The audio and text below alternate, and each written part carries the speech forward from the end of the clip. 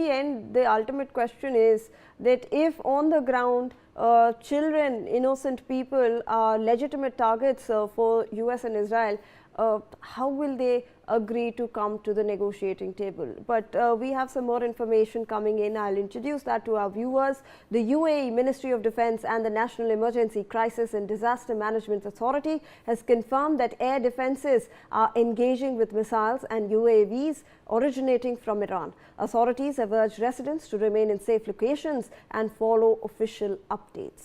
So this is an update from the UAE. Let's get in an update from Lebanon now. At least 4 people have died after an attack struck a car in Lebanon. According to the Lebanese civil defense authorities, they are investigating the incident and are assessing further damage. So unfortunately, we are losing innocent lives in Lebanon as well.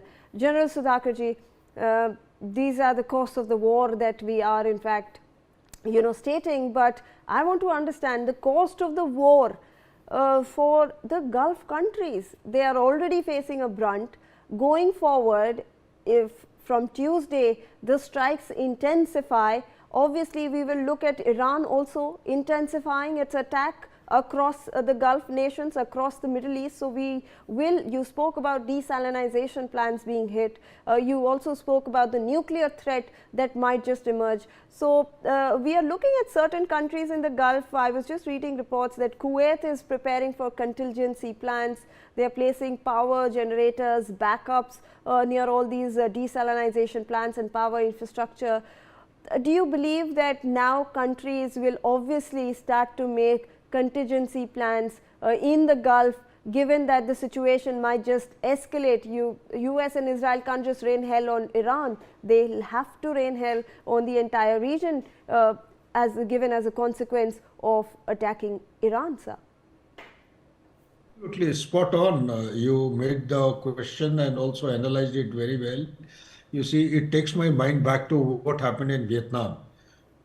Scorch the earth policy. Scorch the earth means that they targeted what all things? They targeted food, shelter, and and resources. 3 things, if I respect my memory. So they did not leave anything. For food, they used, different kinds of vectors. Biological warfare was done. Defoliation chemicals were used. They sprayed from the sky. Aerosols were used so that there could be no cultivation. The jungles lost the leaves. The foliage was lost so that the hiding places for the terrorists or militants or the insurgents could be denied. They could be picked up by the satellites.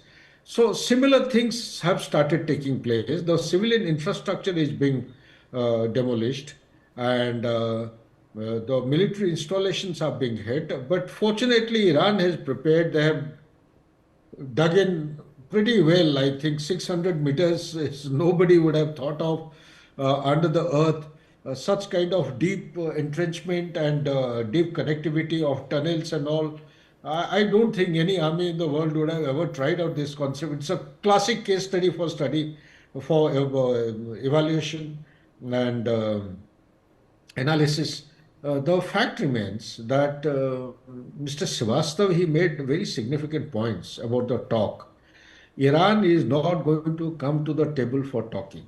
This has to be understood. If at all they come, whatever understanding, because once bitten, twice shy. There is a old saying. 2015, the JCPOA was signed. Lot of progress was made. Implementation had started. Suddenly in 2018, Donald Trump comes and withdraws.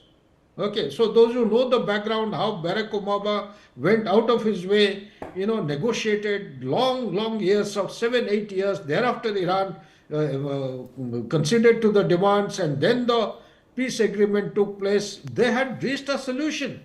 To withdraw from something arbitrarily, this is the start point of lack of trust.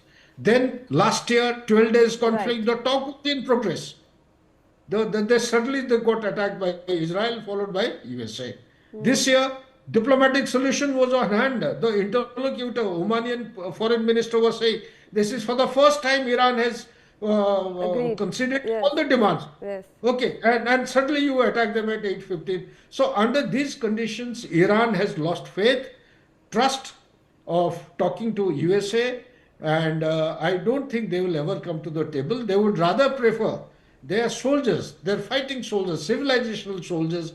They would prefer to die on the battlefield fighting against the enemy than to come to the table for dialogue and diplomacy, because they do not trust a person like Donald Trump, and therefore I don't think talk would go ahead in any manner. So coming to the point that you made in your question to me, what is it that they are going to, how are you going to handle it in the world order? I personally feel that some middle powers like India, Canada, some of us, Australia, we need to galvanize and we need to talk in the backdoor diplomacy directly with Donald Trump that enough is enough. It cannot go on like this. The whole world is getting impacted.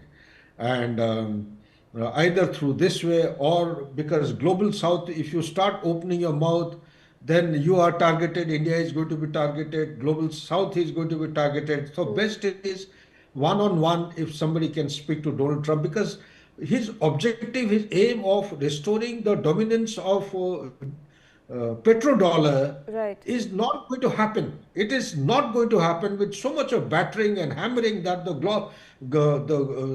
Gulf countries have taken, as also Iran. I don't think these countries, they have given up now. They would rather prefer to stay Right. alone, or Middle East is going to be divided into two parts. Iran is going to emerge Right. stronger, I one, apologize. I and apologize for interrupting you.